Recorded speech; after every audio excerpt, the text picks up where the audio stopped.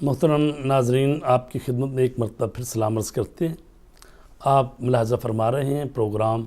مذاکرہ، اور آج کی ہماری مہمان شخصیت جناب علامہ سید نجم الحسن نقوی صاحب، اور ٹاپک ہے آج کا حضرت امام حسن عسکری علیہ السلام۔ بریک پر جانے سے پہلے ہم نے امام کی سیرت طیبہ سے کچھ چیزیں بیان کی ہیں، اور اب پھر دوبارہ امام کی شخصیت پر بات ہوگی، اور آپ اپنی کال کر کے امامت کے حوالے سے، امام حسن عسکری کے حوالے سے، اور کوئی سوال جو ہے مربوط وہ کر سکتے ہیں۔ انشاءاللہ ہم کوشش کریں گے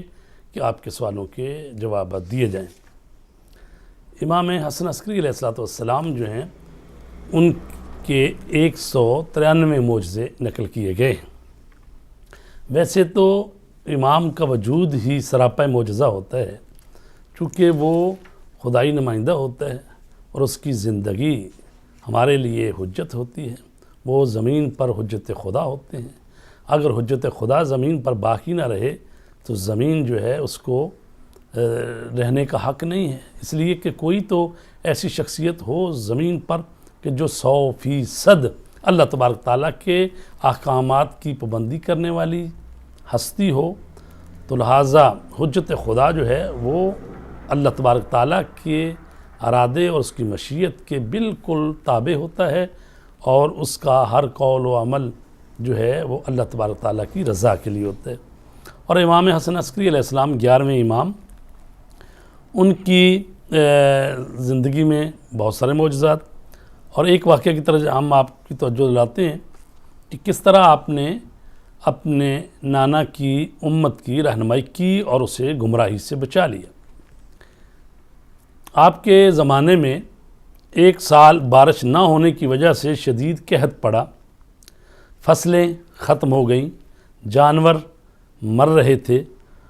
مسلمانوں نے 3 دن جا کر نماز استسقاء پڑھی۔ یہ وہ نماز ہوتی ہے جو طلب باران کے لیے، بارش کی طلب کے لیے اللہ کے حضور باجماعت نماز پڑھی جاتی ہے، لیکن بارش نہیں ہوئی۔ چوتھے دن عیسائیوں کے بڑے پادری جاسلیک نے کچھ عیسائیوں کو ساتھ لیا، صحرا میں جا کر دعا کی، اور دعا کا کرنا تھا کہ بارش برس پڑی۔ مسلمانوں نے یہ منظر دیکھا۔ 5ویں دن مسلمان پھر صحرا میں گئے، نماز استسقاء پڑھی، لیکن بارش نہیں ہوئی۔ مسلمان شرمندہ ہو کر گھروں کو واپس لوٹے۔ دلوں میں شکوک و شبہات نے جنم لیا۔ لوگوں میں یہ بحثیں شروع ہو گئیں کہ اگر ہم مسلمان سچے ہیں، ہمارا دین سچا ہے، ہمارے رسول پاک سچے ہیں، اور ہم دعائیں کر رہے ہیں، تو کیا بات ہے، کیا وجہ ہے کہ ہماری دعا کو اللہ قبول نہیں کر رہا؟ اور جب عیسائیوں کے پادری جا کر کرتے ہیں دعا تو اس کی دعا قبول کر لی جاتی ہے۔ تو جب مسلمان واپس لوٹے تو ایسا ہوا کہ 6 دن علان وہ عیسائی پادری دوبارہ صحرا میں گئے، اپنے ساتھیوں کو ساتھ لیا۔ صحرا میں کھلے میدان میں انہوں نے دعا کے لیے ہاتھوں کو بلند کیا، فوراً بادل آ گئے، بارش ہوئی۔ یہ منظر دیکھ کر مسلمانوں کے ایمان متزلزل ہونا شروع ہو گئے۔ یہ تمام خبریں خلیفہ وقت کو، یعنی جو عباسی خلیفہ تھا، اس تک پہنچ رہی تھیں، اور اسے کہا گیا کہ خطرہ ہے کہ مسلمان عیسائی ہونے لگیں۔ ایسے میں اس کی نگاہیں اسی دروازے کی طرف اٹھیں جہاں سے ہمیشہ ہدایت ملتی ہے، وہی خاندان عصمت و طہارت جو رسول کی رسالت، رسول کی امامت، رسول کی جو وہ الہی فرائض ہیں ان کے جو وارث ہیں، اور اہل بیت اطہار۔ لیکن خلیفہ وقت نے چونکہ امام حسن عسکری علیہ السلام کو بعض روایت کے مطابق زندان میں ڈال رکھا تھا، اور جو حقیقی وارث ہے وہ تو زندان میں پڑا ہے، اور جو جعلی خلیفہ بنا ہوا ہے مسلمانوں کا، اور وہ یہ حالت دیکھ رہا ہے کہ مسلمان جو ہیں وہ ان کا ایمان متزلزل ہو رہا ہے، تو ایسے میں خلیفہ نے اسی امام سے کہ جس کو زندان میں ڈالا ہوا ہے کہا کہ ادرک دین جد کا یا ابا محمد. یہ ابا محمد، ابو محمد امام حسن عسکری علیہ السلام کا لقب ہے، کنیت ہے. تو کہا اے ابو محمد اپنے نانا کے دین کی فریاد کو پہنچیے. امام نے فرمایا اب جب وہ عیسائی پادری بارش کے لیے دعا کرنے آئے تو مجھے اطلاع دی جائے. پادری دوبارہ دعا کرنے کے لیے صحرا میں آئے تو امام بھی اپنے چند ساتھیوں کے ساتھ وہاں پہنچے، اور آپ نے اپنے ایک ساتھی سے کہا کہ جو ہی یہ دعا کے لیے ہاتھ بلند کرے تو اس کے ہاتھ انگلیوں میں جو چیز ہے اس کو لے کے میرے پاس آ جاؤ. ایسے میں وہ جب عیسائی پادری دعا کے لیے انہوں نے ہاتھ بڑھائے اور اس کی انگلیوں میں ایک چیز تھی، وہ جو امام کے ساتھی گئے جلدی سے انہوں نے اچانک وہ چیز کھینچ کے اور لے آئے. اب وہ دعا مانگ رہے ہیں اور اس کا کوئی اثر ہو نہیں رہا. تو اب جب عیسائی پادری جو ہیں وہ اپنے ساتھی کے ساتھ شرمندہ ہو کے واپس آنے لگے تو اب جب امام سے پوچھا گیا کہ یہ کیا وجہ ہے، یہ کیا چیز تھی جو آپ نے ان کے ہاتھ سے لے لی، تو آپ نے فرمایا کہ یہ جو عیسائی پادری ہے اس کے ہاتھ میں ایک نبی کی جسم اقدس کی جسم کی ہڈی یعنی اس کے ہاتھ میں ہے، اور جب وہ اس کو کھلے آسمان تلے کر کے دعا مانگتا ہے تو اللہ تبارک تعالیٰ اس نبی کی استخوان اور ہڈی کی وجہ سے جب وہ کھلے آسمان کے نیچے ظاہر ہوتی ہے اور یہ دعا مانگتا ہے تو اللہ اس نبی کی اس ہڈی کے صدقے میں دعا قبول کر لیتا ہے. تو اس طرح سے یہ بارش ہوتی ہے. تو اس طرح سے آپ نے امامت کی وہ ڈیوٹی اور وہ فریضہ انجام دیا. لوگوں کی نگاہوں میں امام کی عزت و عظمت میں اضافہ ہوا. لوگ جو گمراہ ہونا چاہتے تھے، متزلزل ہو رہے تھے، اسلام کو چھوڑ رہے تھے، تو امام نے اسلام کی محافظت کی. اور اس طرح سے پھر کہا گیا ہے کہ امام نے دعا کی اور بارش ہوئی. تو امام علیہ الصلوۃ والسلام جو ہیں وہ زمین پر اللہ کی حجت ہوتے ہیں، نبی کے جانشین ہوتے ہیں. تو امامت ہی وہ نظام ہے جو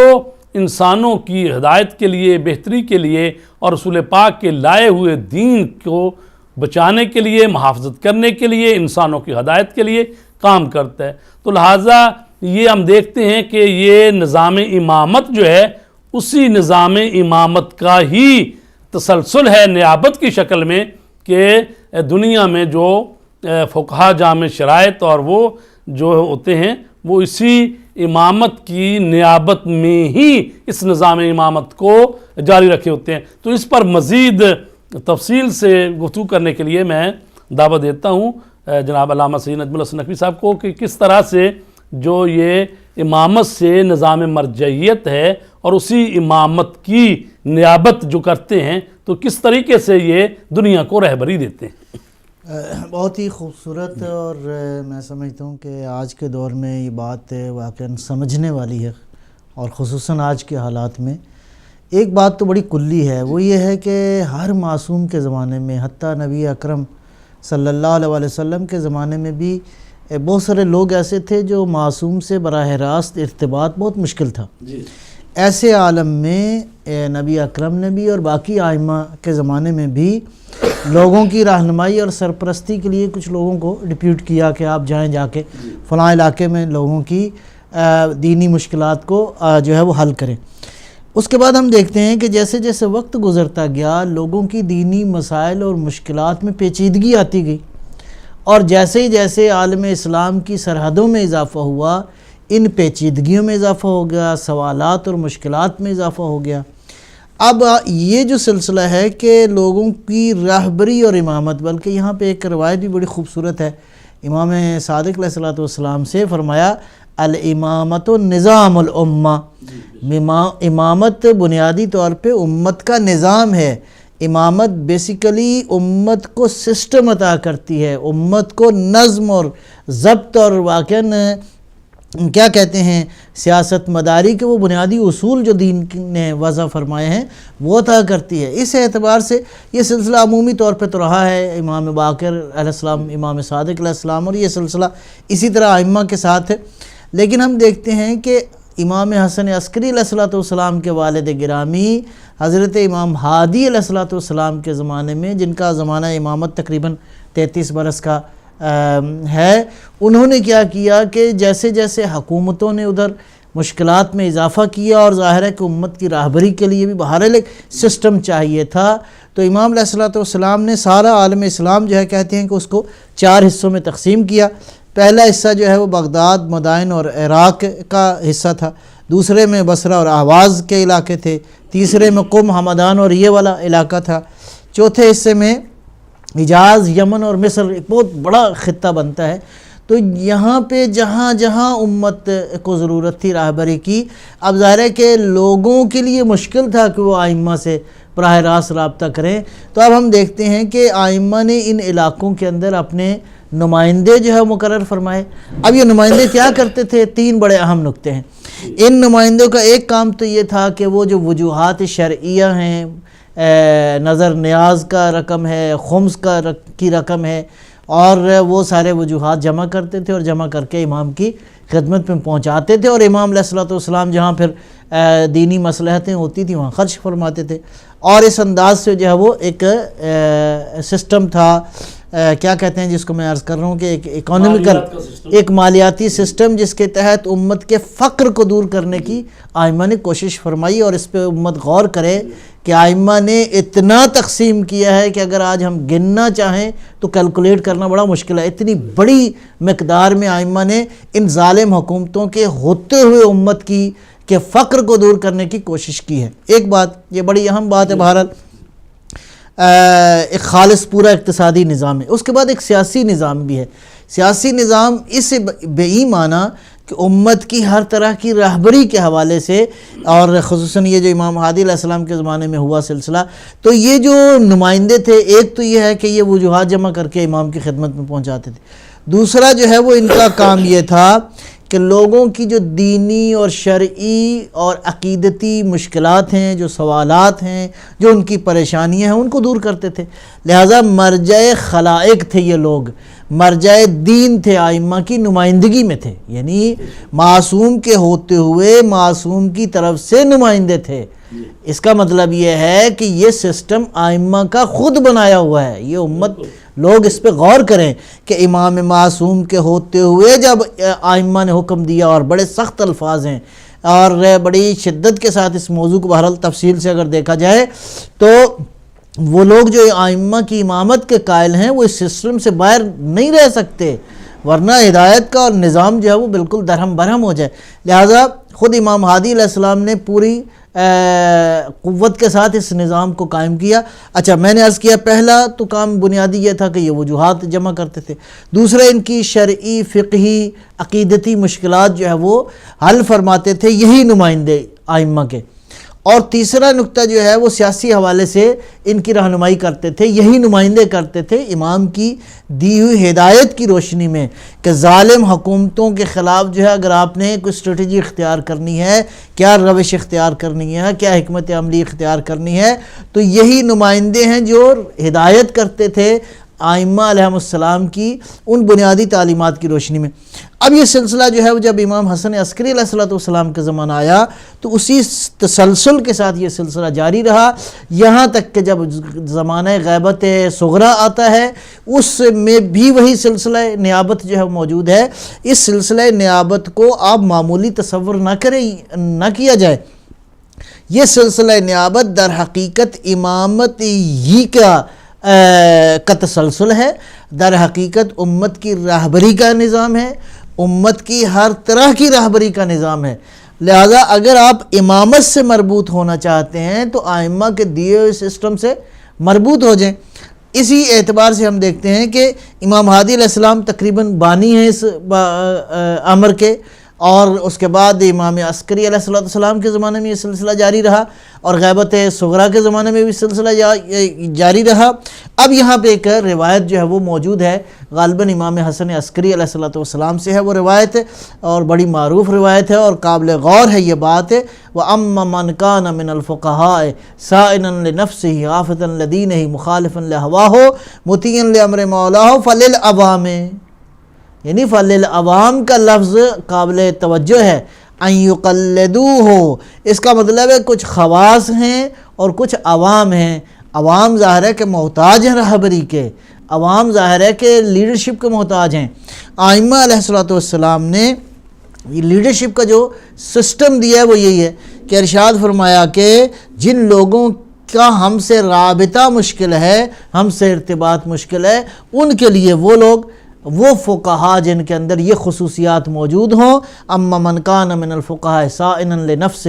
حافظا لدینہ مخالفا لہواہ مطیعا لامر مولا۔ کیا خوبصورت اصول ائمہ نے بیان کر دی ہیں، یعنی عدالت کا وہ معیار ائمہ کے بعد ائمہ ہدیٰ علیہم السلام، ظاہر ہے کہ وہ تو مقام ہے۔ جی بسم اللہ۔ جی السلام علیکم۔ ہلو السلام علیکم۔ جی اچھا جی قبلہ جات بات کو جاری رکھیں۔ جی تو یہ میں عرض کر رہا ہوں کہ ائمہ کا مقام تو ظاہر ہے کہ ان کی عصمت اور عدالت مساوی ہے، یعنی عدالت اور عصمت کو اس معیار پہ ہیں جو کہ واقعاً مظہر عدالت الہیہ ہیں اس عالم کے اندر، لہٰذا اس کے بعد بھی عدالت کو جو بنیاد قرار دی گئی ہے، ایسے لوگ جو کہ اپنے نفس کے محافظ ہوں، جو اپنی کیا کہتے ہیں اپنی جان کے محافظ ہوں، اپنی ہوائے نفس کے مخالفت کرنے والے ہوں، مطیع امر مولا ہوں، تسلیم امر مولا ہوں، ایسے لوگوں کی، ایسے فقہا کی، لہٰذا فقہا سو بھی ہیں اور فقہا کیا کہتے ہیں حق بھی ہیں، وہ فقہا جو کہ ائمہ کے فرامین اور ان کی سیرت کا واقعاً پرتو ہیں ہر زمانے کے اندر۔ اسی حدیث میں جو آپ نے پڑھی ہے فَأَمَّا مَنْ كَانَ مِنَ الْفُقَهَاءِ سَائِنًا لِنَفْسِهِ حَافِظًا لِدِينِهِ مُخَالِفًا عَلَى هَوَاهُ مُطِيعًا لِأَمْرِ مَوْلَاهُ فَلِلْعَوَامِ أَن يُقَلِّدُوهُ۔ آگے کا ٹکڑا جو ہے وہ یہ ہے وَذَلِكَ لَا يَكُونُ إِلَّا بَعْضَ فُقَهَاءِ الشِّيَعِ لَا جَمِيعَهُمْ۔ یا امام نے خود فرمایا، یہ جو اس حدیث میں خصوصیت بیان کر رہا ہوں یہ کہ ایک تو فقیہ ہونا چاہیے، دوسرا یہ ہے کہ اب اپنی ذات کی حفاظت کرنے والا ہو، دین کی حافظا لدینہ اور مخالفاً علی ہوا ہو، اپنے ہوا و ہوس کا مخالف ہو، اور اللہ کے امر کا یا رسول پاک کے امر کا یا ائمہ کا امر کا، مولا میں یہ ساری چیزیں آ جائیں گے تو مطیعاً لامرہ امر مولا ہو۔ اچھا یہ تو اس کی ڈیوٹی ہے کہ یہ اس میں فضیلتیں اوصاف اس فقیہ میں ہونے چاہیے۔ جب ایسا فقیہ ہمیں مل جائے، جرأت مند، شجاع، مدیر، مدبر، اپنی ذات کی حفاظت کرنے والا اور ہوائے نفس کا مخالف، تو عوام کا کیا فریضہ بنتا ہے؟ امام فرماتے ہیں فَلِلْعَوَامِ أَن يُقَلِّدُوهُ کہ اس کی تقلید کریں۔ اور پھر یہ بھی کہہ دیا کہ ایسے فقہا، ہر کوئی فقیہ جو ہو جائے، مثلا پڑھنے کو تو پڑھ ہی لیتے ہیں لوگ، مثلا آپ دیکھتے ہیں کہ جس طریقے سے سپریم کورٹ کے کالے کوٹ تو بہت سارے لوگ پہلے پھرتے ہیں، لیکن مثلا ایک بروہی، اجاز بٹالوی، مثلا اعتزاز حسن، یعنی اس طرح کے تو چاندی لوگ ہوتے ہیں نا جی، باقی جو ہیں کالے کوٹ سارے پائی پھرتے ہیں، ٹھیک ہے۔ اسی طرح سے ہے کہ حوضے میں بھی جاتے ہیں لوگ، پڑھتے بھی ہیں، ہو سکتا ہے اتنا علم بھی حاصل کر لیں، لیکن یہ جو باقی خصوصیت ہے نا کہ وہ امر مولا کا مطیع رہے، تقوی اس میں ہو، پرہیزگاری ہو، شجاعت ہو، ظاہر ہے جب شجاعت اور مدیریت نہ ہو تو ظاہر ہے کہ پھر وہ رہبری وہ کر نہیں سکتا۔ تو لہذا کہا کہ ایسے بعض فقہا ہیں، سارے فقیہ بھی اس معیار کے نہیں ہے۔ تو لہذا جو زمانے کا مجتہد جامع شرائط ہوتا ہے جس نے رہبری کرنی، اگر چند مسائل فقہی ہے تو وہ تو پھر ظاہر ہے اس کی اتنی ضرورت بھی نہیں ہے کہ بھی باقی ساری فضیلتوں میں آگے ہو، وہ اگر لیکن اگر واقعاً جو کہ نیابت کر رہا ہو امام زمانہ کی تو اس میں جہاں فقاہت ہوگی، علم ہوگا، اجتہاد ہوگا اور تقوی ہوگا، وہاں جرت بھی ہوگی، شجاعت بھی ہوگی، مدیریت بھی ہوگی، اور زمانے کے جو امور ہیں ان پر بھی اس کی گہری نگاہ ہوگی، جیسے کہ امام جعفر صادق علیہ السلام نے فرمایا کہ العالم بزمانہ ہی، جو اپنے زمانے کا امام ہے تو اس پر جو تہاجم اور وہ جو شبہات ہیں وہ اس طرح سے اس پر رسوخ نہیں کریں گے، چونکہ جو اپنے زمانے کا عالم ہے، اور اسی لیے زندہ اجتہاد کی ضرورت ہے۔ یہ کہا گیا ہے نا کہ جو بھی نیا مجتہد، یعنی جو بھی شخص عمر کو پہنچ جائے، بالغ ہو جائے، اس پر تقلید کرنا واجب ہے، تو اس کو چاہیے اپنے زمانے کے زندہ مجتہد کی تقلید کرے۔ اس کا مطلب کیا ہوا؟ اس کا مطلب جو پرانے زمانے کے مجتہد ہیں، بہت سارے مسائل ہیں جو انہوں نے اپنے زمانے کے حساب سے موضوع کو دیکھ کر فتوے دیے ہوئے ہیں، اور اب جب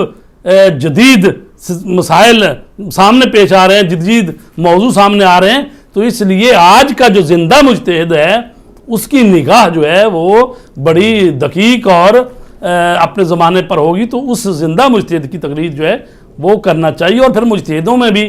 فرمایا گیا ہے کہ یہ ساری خصوصیت اس میں فقیہ میں ہو۔ پہلی بات فقیہ ہے، اگر فقیہ نہ کوئی ہو تو ظاہر ہے کہ پھر مشکل ہو جاتی ہے بات۔ جی اس پر اور مزید آپ کہنا چاہیں؟ میں وہی اسی بات کے تسلسل میں عرض کروں گا، بلکہ یہ فرق ہمیں خود ائمہ علیہم السلام کے نائبین میں بھی نظر آتا ہے۔ جی، یعنی ہر کوئی براہ راست ائمہ نے رہبری کے لیے ان کو انتخاب نہیں کیا۔ حتیٰ غیابت صغریٰ کے زمانے میں ہم دیکھتے ہیں کہ جناب عثمان بن سعید ہیں، محمد بن عثمان ہیں، علی بن محمد سامری ہیں، یا حسین بن روح ہیں۔ یہ زمانہ وہ ہے کہ اس زمانے کے اندر ہمیں کیا کہتے ہیں، جناب یعقوب کلینی جیسے محدثین نظر آتے ہیں۔ تو اب علم و تقوی اپنی جگہ پہ ہے، لیکن رہبری کے لیے علم و فقاہت کے ساتھ ساتھ کچھ خصوصیات ہیں، وہی جو ائمہ نے اپنی روایات میں جن کو بیان کیا ہے۔ لہٰذا میں یہی بات عرض کروں گا کہ امامت اس معنی میں کہ امامت کا معنی یہ ہے کہ امامت بیسیکلی امت کے لیے رہبریت کا نظام ہے۔ امامت جو ہے وہ بنیادی طور پہ امت کو ایک لیڈرشپ فراہم کرنے والا ایک سسٹم ہے۔ لہٰذا اس سسٹم کو بحیثیت سسٹم جس میں بنیادی جو ہے وہ شخصیت وہی معصوم ہے، خداوند عالم کی حجت ہے، اللہ نے اللہ کی طرف سے حجت الہی ہے، اور حجت الہی نے جو نظام دیا ہے۔ اب ظاہر ہے کہ اس زمانے کے اندر، بلکہ ہر زمانے کے اندر، میں پھر دوبارہ دہراؤں گا کہ ائمہ نے بلکہ معصومین نے اپنے زمانے کے اندر بھی امت کی رہبری کے لیے اپنے نمائندوں کو مقرر فرمایا۔ ہر امام کے زمانے میں تھا۔ جی کالر ہیں ہمارے ساتھ۔ ہلو السلام علیکم۔ جی وعلیکم السلام۔ انیس حیدر بات کر رہا ہوں نیو یارک سے۔ جی انیس حیدر صاحب، جی فرمائیے۔ بہت ہی خوبصورت پروگرام ہے امام حسن عسکری علیہ السلام کے سلسلے میں۔ جی مجھے صرف یہ معلوم کرنا تھا کہ حضرت امام نقی علیہ السلام تو مدینے میں تھے، تو بھی وہ سامرا کس طرح چلے گئے ان کے امام حسن عسکری علیہ السلام؟ اور دوسری بات یہ ہے کہ حضرت امام حسن عسکری علیہ السلام کے بارے میں نے پڑھا بھی ہے اور سنا بھی ہے علماء سے کہ انہوں نے تفصیل قرآن جو تفصیل امام حسن عسکری علیہ السلام کے نام سے منسوب ہے، مشہور ہے، تو یہ تفصیل یہ اس کا ترجمہ ہو چکا ہے کیا؟ اور دوسری بات یہ کہ آپ کے کتنے شاگرد تھے امام حسن عسکری علیہ السلام اس زمانے میں؟ اور تیسری بات یہ کہ ظہور امام جیسے کا آپ نے آیا کہ ہم یہ امام تو غیبت ایک خبرہ میں ہے، جو غیبت صغرا میں تھے جو 4 نائبین تھے، اب تو کوئی نائبین نہیں ہے، تو ہمیں کیا کرنا چاہیے؟ جی شکریہ جی۔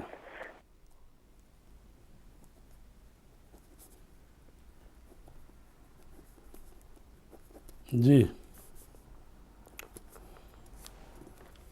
جی قبلہ بات جاری رکھیں۔ جی جی جی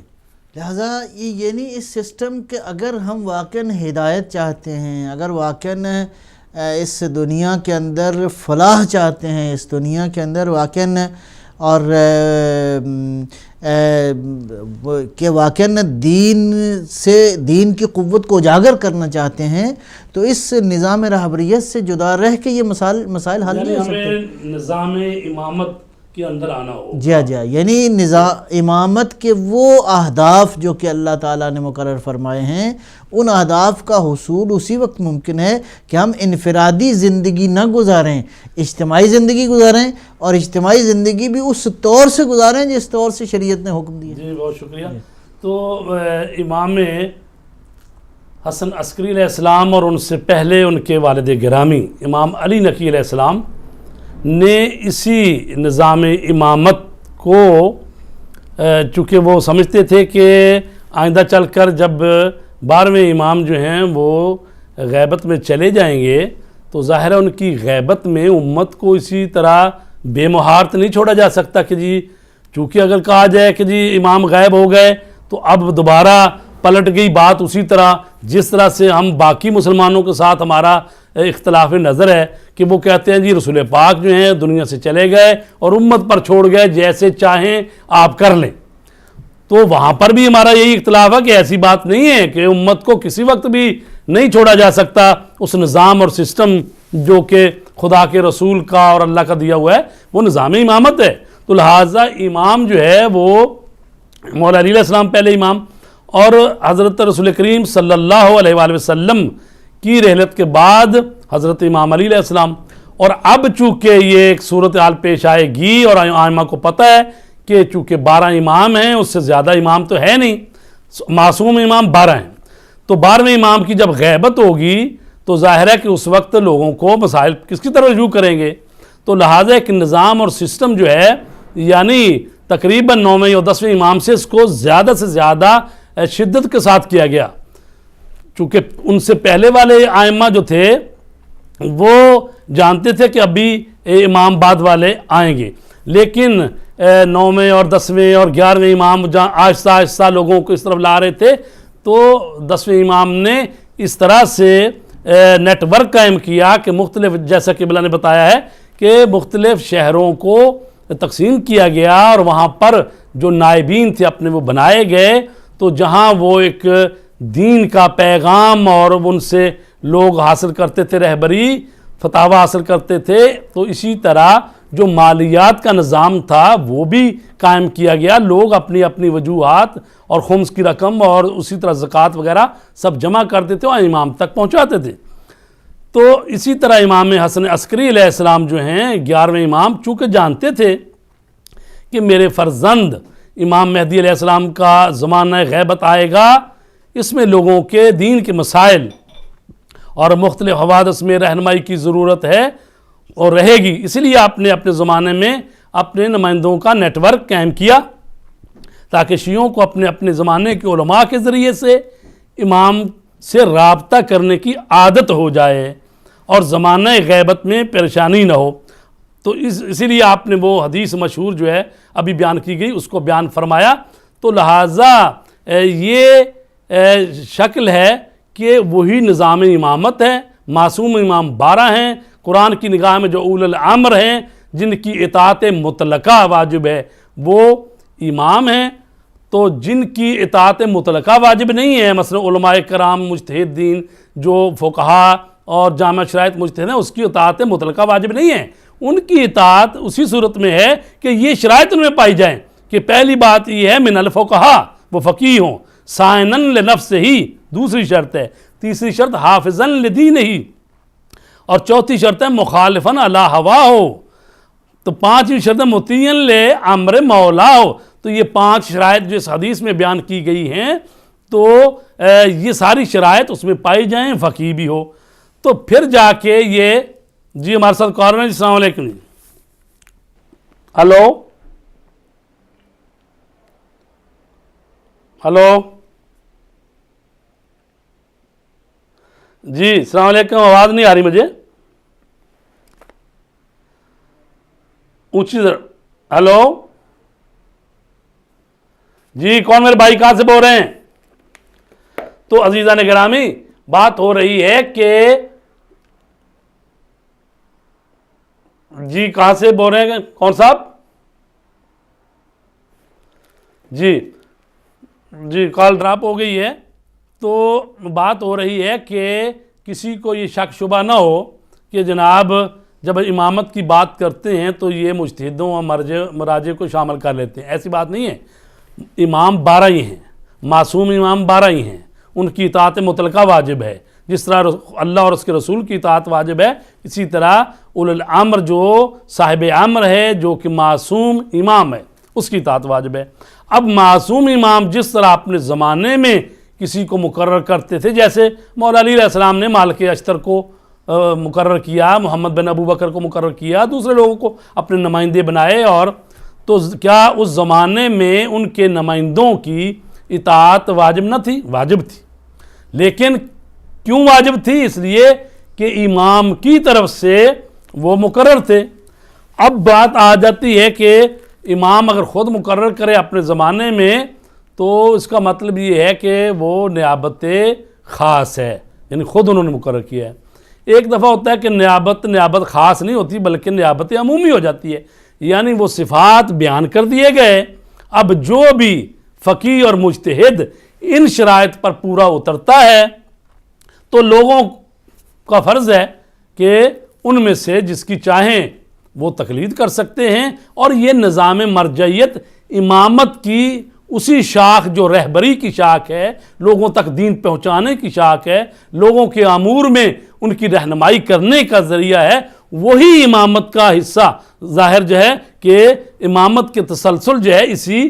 مرجعیت کے نظام میں ہے, کیونکہ انہی کا ہی مقرر کردہ یہ نظام ہے. ظاہر ہے کہ ولایت تکوینی جو ہے وہ ایک علیحدہ چیز ہے. ولایت تکوینی یہ ہے کہ جو بھی اللہ تبارک تعالیٰ کی اطاعت و بندگی میں اس کا ولی ہو جاتا ہے تو اللہ اس کو پھر طاقت اور قوت دے دیتا ہے کہ اللہ کے اذن سے وہ اس کی کائنات میں اور اس کے جو کون و ہستی میں تصرف کر سکتا ہے. یہ ایک علیحدہ روحانی اور معنوی چیز ہے. یہ امام سے مخصوص بھی نہیں ہے کہ کہیں صرف امام سے, نہ, جو بھی اللہ کا ولی ہو جائے گا تو اللہ کا ولی ہو جائے گا, جتنا قرب حاصل کرتا جائے گا اس کو یہ چیز اللہ عطا کر دیتا ہے. یہ ایک علیحدہ چیز ہے. دوسرا حصہ جو ہے ولایت تشریعی, جو یعنی شریعت پہنچانے والی ولایت ہے, اور یعنی جو امام ہے وہ شریعت کا محافظ ہے, اور وہ جو کہے گا وہ شریعت ہوتی ہے, اور وہ جو شریعت کی تفسیر کرتا ہے. تو اسی طرح مجتہد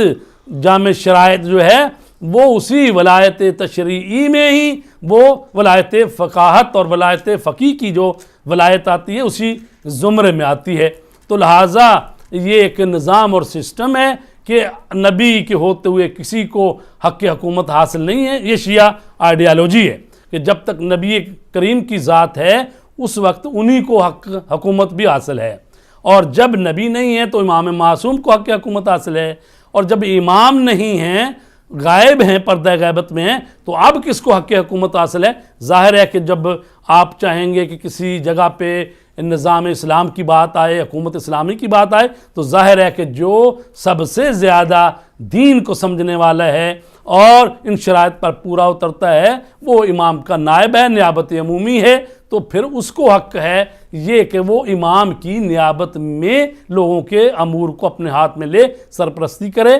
تو قبلہ اس پر کالر ہے. السلام علیکم جی. ہلو, السلام علیکم آقا. جی وعلیکم السلام. کیسے مزاج ہے سرکار؟ جی ڈاکٹر غیور صاحب کیسے مزاج ہے؟ ٹھیک ہے جی. آپ کو اور نجم صاحب کو سلام عرض ہے. جی وعلیکم السلام. کہنے کا مطلب میرا یہ چاہ رہا تھا اس وقت کہ امامت کی اہمیت کو اگر ہم اس طرح دیکھیں کہ مذہب جو ہے یا دین جو ہے وہ اللہ کا پروجیکٹ ہے, اور اس نے اپنے معصوم حضرت محمد صلی اللہ علیہ وسلم کو اس کا نگراں بنایا. قرآن آیا, اور قرآن اور مذہب اسلام جو ہے ساری دنیا کے لیے ہمیشہ کے لیے ہے.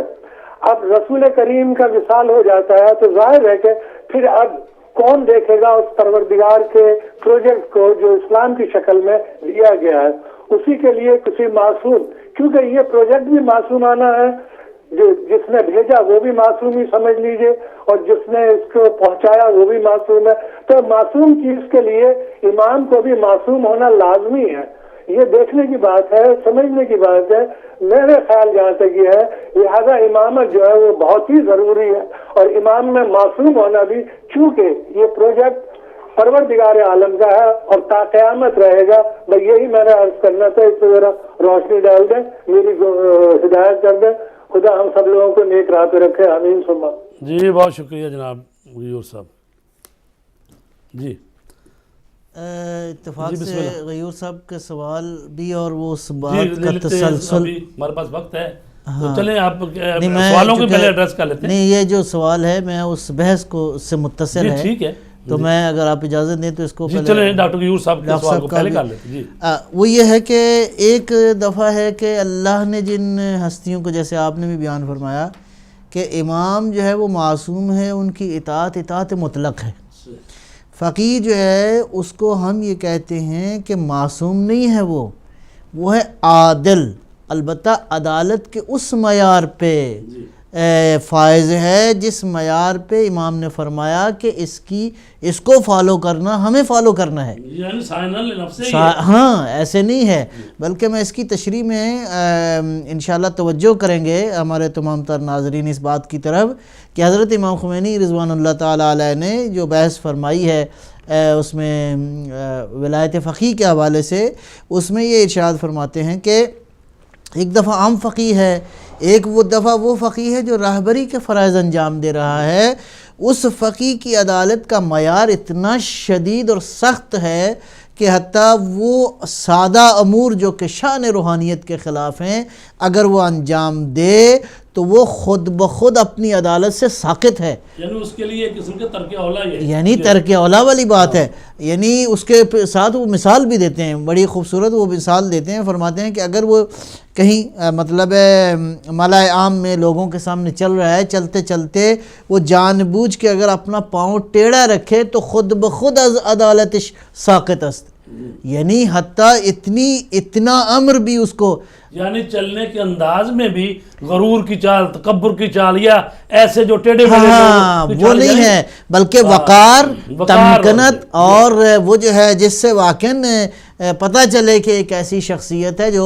امت کی راہبری انجام دے رہی ہے. لہٰذا ایسا نہیں ہے کہ یہاں عدالت کا معیار بہت کم تر ہے. اب اس عدالت کے معیار کو میں اگر اس کو یوں درجہ بدرجہ دیکھوں تو ایک عام عالم دین جو کسی محلے کا امام ہے, پیش نماز ہے, اس کی عدالت کا معیار یہ ہے کہ اس خطے کے, اس علاقے کے لوگوں میں اس شخص کی شہرت ٹھیک ہو, اچھی شہرت ہو, اور خدا نہ خاصہ کوئی گناہ اس نے انجام نہ دیا ہو, ایسا گناہ نہ انجام دیا ہو جس سے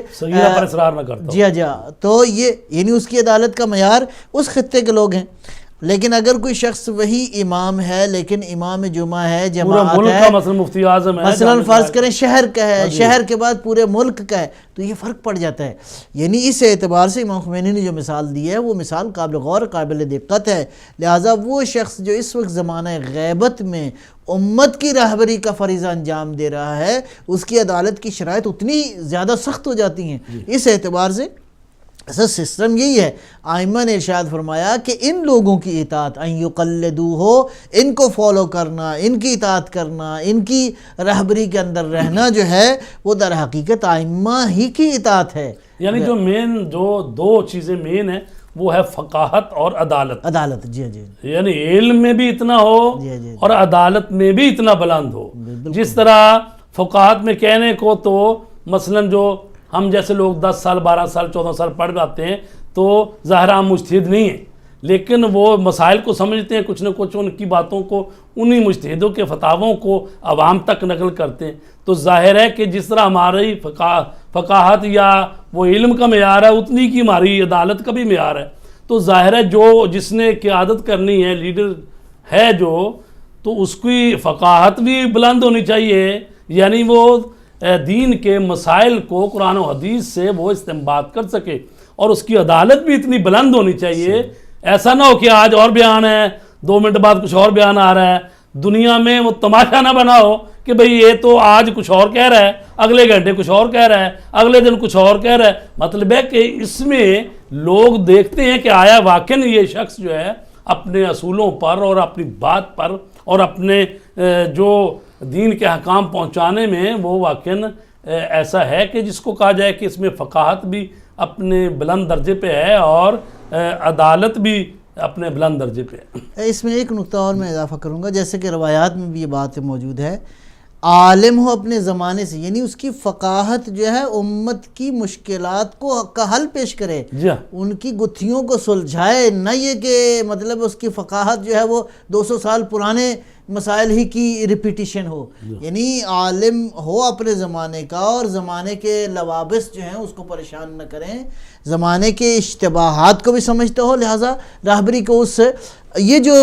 آپ نے بیان فرمایا نا وقار، تمکنت، اور یہ جو چیز ہے، ہم یہ دیکھتے ہیں کہ باوجود اس کے کہ ائمہ ہدیٰ علیہ السلام کے مخالف حکومتیں تھیں، خود امام عسکری علیہ السلام کے وقار و تمکنت کے بھی واقعات لکھے ہیں کہ امام علیہ السلام جب بھی کبھی حکمرانوں سے ملنے کے لیے جاتے تھے تو اس قدر ابہت، اس قدر ان کے شخصیت کا وقار ہوتا تھا کہ سارا ماحول جو ہے وہ تحت الشاء جاتا تھا، سارا ماحول جو ہے وہ بالکل جس طرح نبی اکرم صلی اللہ علیہ وسلم کے بارے میں روایات ہیں کہ حضرت جس علاقے سے گزرتے تھے وہاں کی کیا کہتے ہیں حتیٰ حجر اور شجر جو ہے وہ حضور کی شخصیت کا کلمہ پڑھتے تھے، ائمہ بھی بالکل ایسے ہی تھے۔ اور ایک واقعہ جو ہے میں اگر آپ اجازت دیں تو ایک مختصر امام عسکری علیہ السلام کا جو کہ ذکر خیر ہو رہا ہے تو بہرحال میں مختصر عرض کروں گا۔ کہتے ہیں کہ عبید اللہ بن خاقان یہ عباسی حکومت کا ایک یوں سمجھیں کہ بڑا اہم وہ تھا، دربار کا آدمی تھا، اور اس کا ایک بیٹا تھا احمد بن عبید اللہ جو بعد میں قم کے مالیات کا جو ہے وہ ٹیکسز کا اس کو مسئول قرار دیا گیا۔ وہ کہتا ہے میں چھوٹا سا تھا، میرے بچپن کا واقعہ ہے کہ سامرہ میں جو ہے وہ میں نے دیکھا کہ امام عسکری علیہ السلام سے بڑھ کے وہ شخصیت جس کا لوگ احترام کرتے ہیں، جس کے سامنے جھکتے ہیں، حتیٰ کوئی بھی شخص جو ہے وہ ان کے سامنے جاتا ہے تو جھکے بغیر نہیں رہتا۔ کہتے ہیں کہ میں نے ایک روز دیکھا کہ مجھے یاد ہے کہ میرے والد بیٹھے تھے اور خبر آئی کہ جو ہے وہ ابو محمد ابن الرضا جو ہے وہ آئے ہیں۔ اچھا، ابو محمد تو امام علیہ السلام کی کنیت تھی، اور ابن الرضا یہ بھی ایک بڑی خوبصورت بات ہے، قابل غور ہے کہ حضرت امام رضا علیہ السلام کی جلالت اس قدر لوگوں کے ذہنوں میں بیٹھ گئی تھی کہ مابعد کے جو ائمہ تھے ان کو ابن الرضا کہہ کر پکارا گیا، یعنی اس امام کو بھی ابن الرضا۔ اور پھر یہ بھی ہے نا کہ چونکہ امام رضا علیہ السلام جو ہیں وہ ولی عہد بھی قرار پا گئے تھے، تو یعنی جس طرح سے پوری مملکت اسلامی میں اس امام کی وہ جو ہے نا پتہ چل گیا لوگوں کو امامت کا، اور پھر چونکہ ان کے پاس جب ولایت ولی عہد کا عہدہ تھا تو اس وقت لوگ ان کی باتیں سنتے تھے، اور یعنی چونکہ یہ بھی ایک میں کہوں کہ چونکہ دنیا ہے اب بالآخر اس میں بھی جس طرح سے 4 خلفاء کی بات کی جاتی ہے، ان کو حکومتیں ملی تھیں تو ان کو ساری دنیا مان رہی ہے، حالانکہ اور بھی بڑے بڑے خلفاء اور وہ شہید ہونے والے اور خلفاء کہہ رہا ہوں یعنی صحابہ کرام تھے، لیکن چونکہ ظاہر ہے کہ جس کو سرکاری عہدہ کو چیز ہو تو لوگ پھر اس کے آگے پیچھے بھاگنا شروع کر دیتے ہیں، اور حالانکہ ان سے بعض دفعہ بڑے بھی بیٹھے ہوں تو ان کی کوئی پرواہ نہیں ہوتی۔ تو جس طرح پہلے ائمہ کو یبن رسول اللہ کہا جاتا تھا، تو امام رضا علیہ السلام کی جس طرح آپ نے فرمایا ان کی بزرگی، جلالت، اور یہ پوری دنیا میں اور اسلامی دنیا میں پتہ چل گیا، تو بعد والے ائمہ کو ایک یعنی لقب کے طور پر یہ بھی ابن الرضا کہا جاتا تھا۔ تو یہ احمد کہتا ہے کہ میں نے جب دیکھا کہ وہ درباریوں نے آ کے اطلاع دی ہے، میرا باپ اٹھا اور اٹھ کے استقبال کیا، اور بلکہ اپنی مسند پہ بٹھایا، اور گفتگو کافی دیر ہوتی رہی، اور بار بار میرا باپ جو ہے وہ روحی لک الفدا یبن رسول اللہ، روحی لک الفدا والی جو ہے وہ بار بار کہہ رہا تھا۔ تو مجھے بڑا حیران ہوا کہ یہ شخصیت کون ہے۔ میرے ذہن میں تھا کہ جو ہے عباسی خلیفہ، اور عباسی خلیفہ کا ایک بھائی ہے موفق، اس سے بڑھ کے میرا باپ کسی اور کو جو ہے وہ احترام نہیں دیتا، اور میرے ذہن میں آیا کہ یہ کون شخصیت ہے۔ بہرحال مختصر یہ کہ جب سارے لوگ چلے گئے اور میرا باپ اکیلا تنہا بیٹھا تھا تو میں جا کے قریب بیٹھ گیا، اور میری طرف دیکھا، کہنے لگے کوئی بات پوچھنا چاہتے ہو؟ اور میں نے کہا حضور پوچھنا تو چاہتا ہوں، اور یہ کون شخص ہے جو کہ آیا اور اتنا احترام، بلکہ درمیان میں کہتے ہیں خلیفہ کا بھائی آیا اور میرے باپ نے توجہ نہیں دی، وہ باپ جو ہمیشہ ننگے پاؤں جاتا تھا، جا کے اس کا استقبال کرتا تھا، اور اس شخصیت کو پھر اپنے بعض درباریوں سے کہا کہ اس کو مجمع سے ہٹا کے جو ہے وہ اس کو باہر پورے احترام سے رخصت کرو۔ تو میں نے کہا کہ آپ بیٹھے رہے اور وہ موفق آیا اور آپ نے اس کا استقبال نہیں کیا، اور اس کو بھی آپ نے روحی لقل فدا والی تعبیر جو ہے وہ کرتے رہے، تو یہ کون ہے؟ تو میرے باپ نے کہا کہ یہ شخص حسن ابن علی ہے، ابن الرضا کے نام سے معروف ہے، یہ علویوں میں سے ایک ہے۔ تو میں نے کہا کہ یہ کیسا علوی ہے؟ تو میرے باپ نے بہرحال کہا کہ دیکھو، اور یہ جو تعبیرات تھی میں نے کہا کہ یہ رافضیوں کا امام ہے۔ اس کے بعد میرا باپ تھوڑی دیر کے لیے چپ ہو گیا، میں بھی چپ ہو گیا، اور اس کے بعد اس نے کہا کہ اگر بنی عباس کے ہاتھوں میں خلافت نہ رہے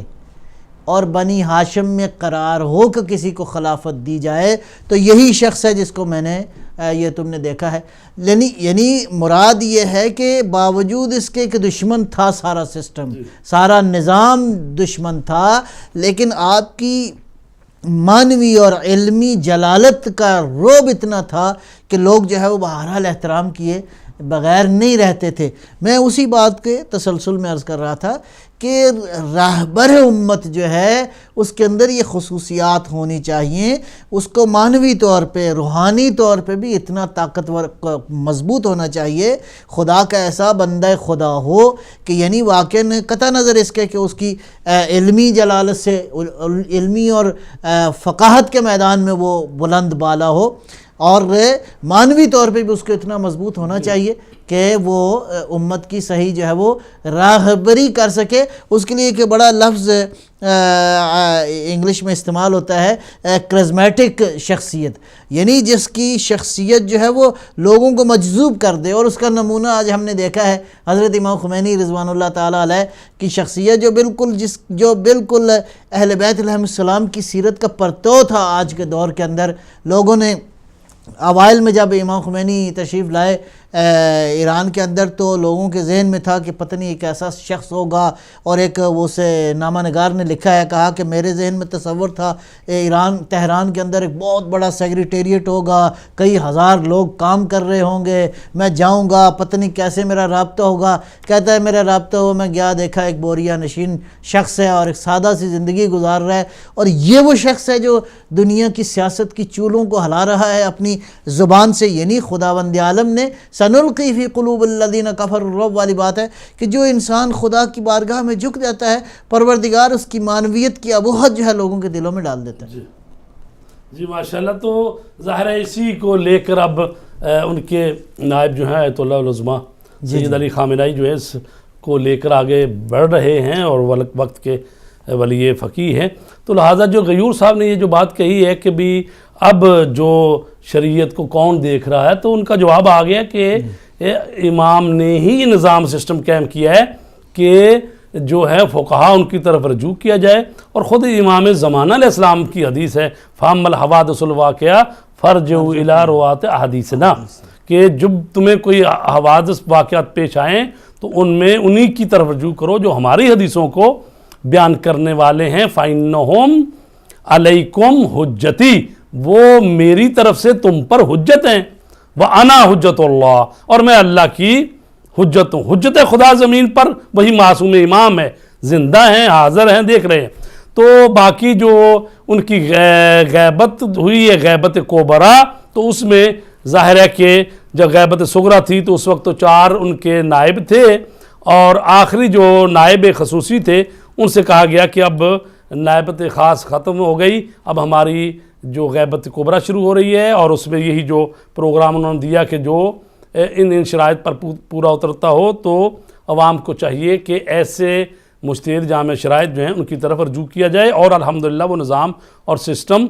قائم ہے۔ تو لہٰذا ہم جو ہے کہتے ہیں ہم بے وارث نہیں ہیں، تو اس کا مطلب یہ ہے ہمارے امام وقت کے امام زمانہ علیہ السلام حاضر ہیں، موجود ہیں، اور انہی کے نائب جو ہیں وہ دین اسلام کی طرف ہمیں دعوت بھی دے رہے ہیں اور وہ نیابت کے فرائض بھی انجام دے رہے ہیں۔ تو انیس حیدر صاحب کے 4 سوال ہیں، ان کو جلدی جلدی ایڈریس کریں، ہمارے پاس 6-7 منٹ ہیں، اور آخر میں ہم نے 1-2 منٹ ذکر بھی کرنا ہے امام کی شہادت کا۔ انیس حیدر صاحب نے پہلا سوال تو یہ ہے ان کا کہ حضرت امام علی نقی علیہ السلام سامرا کیسے آئے؟ ایسا ہے کہ امام علی نقی علیہ السلام جو ہیں وہ 234 ہجری میں تقریباً وہ جو وقت کا خلیفہ عباسی تھا اس نے آپ تو مدینے میں تھے، تو وہاں سے اس نے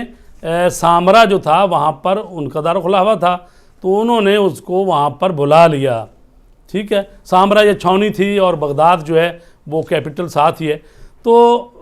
امام کو وہاں پر زیر نظر رکھا گیا ہے، تقریباً 20 سال تک وہاں رکھا گیا۔ تو یہ امام جو ہیں اس وقت جب آئے تھے 2 سال کے تھے، تو اب یہ ہو گئے امام حسن عسکری 22 سال کے، تو اس وقت ان کو پھر زہر دے دیا گیا امام 11ویں امام کو،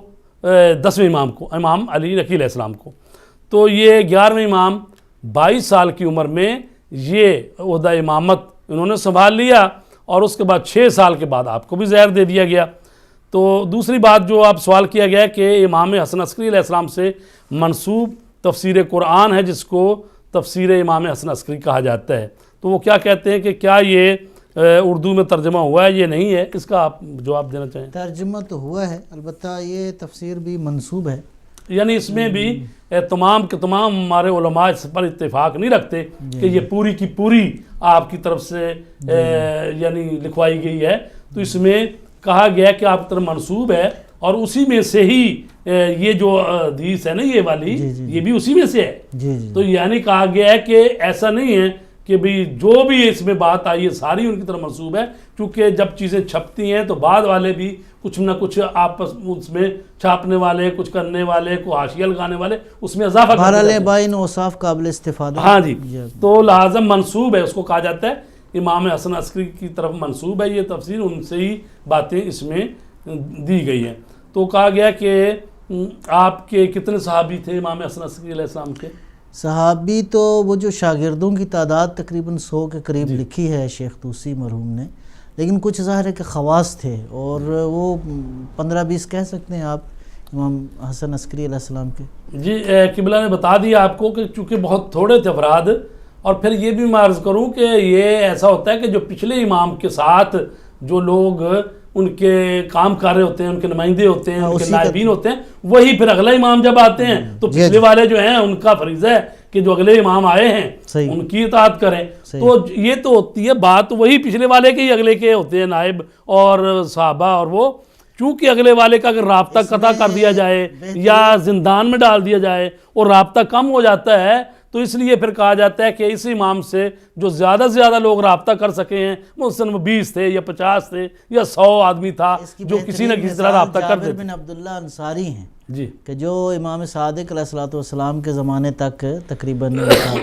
نام جو ہے وہ ملتا ہے، تقریباً ان ہستیوں سے انہوں نے استفادہ کیا ہے۔ یہ امام زمانہ کے جو نائب خاص ہوئے ہیں 2 وہ بھی امام کے شاگردوں میں سے تھے۔ تو عزیزان گرامی ہمارے پاس چند منٹ ہیں، تو ایسا ہے کہ امام حسن عسکری علیہ السلام جو ہیں ان کو 28 سال کی عمر میں زہر دیا گیا، اور اس زہر کی وجہ سے آپ تقریباً 1 ہفتہ جو ہے وہ بستر پر اس زہر کی وجہ سے بیماری کے عالم میں رہے ہیں۔ تو اس زہر جو کہ حکومت وقت کی طرف سے دیا گیا، آپ جو ہیں دنیا سے چلے گئے اور شہید ہو گئے، اور جب آپ کا جنازہ تیار ہوا، ایک تو یہ بات ہے آخری جو اوقات تھے اس میں کہ اتنی شدید وہ زہر کی وجہ سے آپ پر وہ بیماری کا غلبہ تھا کہ آپ جو ہیں وہ پینے لگے ایک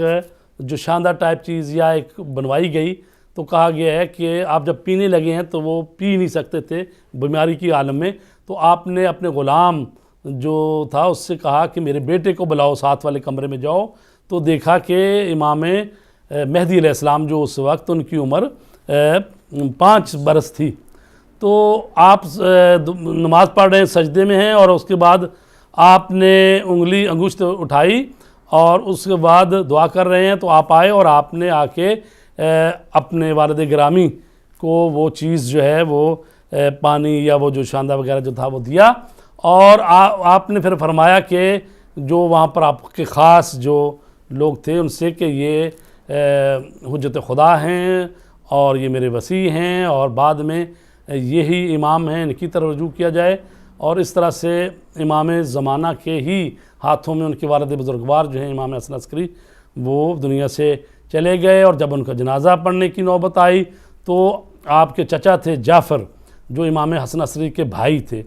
تو وہ آگے بڑھے جنازہ پڑھانے کے لیے، تو دیکھا گیا کہ ایک بچہ آگے بڑھا اور اس نے ان کی ابا کے دامن کو پکڑا اور کہا چچا پیچھے ہٹو، میں زیادہ حقدار ہوں کہ میں اپنے باپ پر جنازہ پڑھوں۔ تو آپ نے پھر جنازہ آپ نے پڑھایا، اور اس طریقے سے پھر آپ جو ہیں وہ جب حکومت کے کارندے جو ہیں آپ کی گرفتاری کے لیے آئے تو اس طرح سے آپ چلے گئے سرداب میں، اور اس کے بعد وہ انتظار کرتے رہے، تو پھر آپ کی غیبت شروع ہو گئی۔ تو لہٰذا اس وقت کے امام جو ہیں امام زمانہ علیہ الصلوۃ والسلام ہیں، جن کا یہ دور ہے، اور خداوند عالم سے دعا گو ہیں کہ ہمیں صحیح معنی میں امامت کو سمجھنے اور نظام امامت کو اپنانے، اور انہی کے جو نائبین ہیں مراجع کرام ان کے دامن کو بھی تھامنے کی توفیق دے۔ ہر کوئی جہاں جہاں ہے شیعہ مسلمان فقہ جعفری، اس میں یہ پہلا مسئلہ ہوتا ہے توضیح المسائل میں کہ یا آپ خود مجتہد بن جائیں دین کو سمجھنے کے لیے، یا یہ ہے کہ احتیاط پر عمل کریں، وہ بھی نہیں کر سکتے، تو آپ پر واجب ہے کہ اپنے زمانے کے جو جامع شرائط مجتہد ہیں ان میں سے کسی جامع شرائط مجتہد کی تقلید کریں، اور یہ نظام امامت ہے، یہ سسٹم ہے، اسی کو قبول کر کے ایک شیعہ جو ہے وہ حقیقی معنی میں شیعہ ہو سکتا ہے۔ خداوند عالم سے دعا کرتے ہیں کہ امام زمانہ کے ظہور میں تعجیل فرمائے۔ قبلہ آپ کا بہت بہت شکریہ کہ آپ نے اس پروگرام میں شرکت کی، اور بڑے احسن انداز سے آپ نے امام حسن عسکری علیہ السلام اور امامت اور نظام مرجعیت پر روشنی ڈالی۔ تو عزیزان گرامی، انشاءاللہ آئندہ جمعرات تک ہمیں اس پروگرام سے ہم خداحافظی کرتے ہیں۔ خداوند عالم آپ سب کو اپنے حفظ و امان میں رکھے۔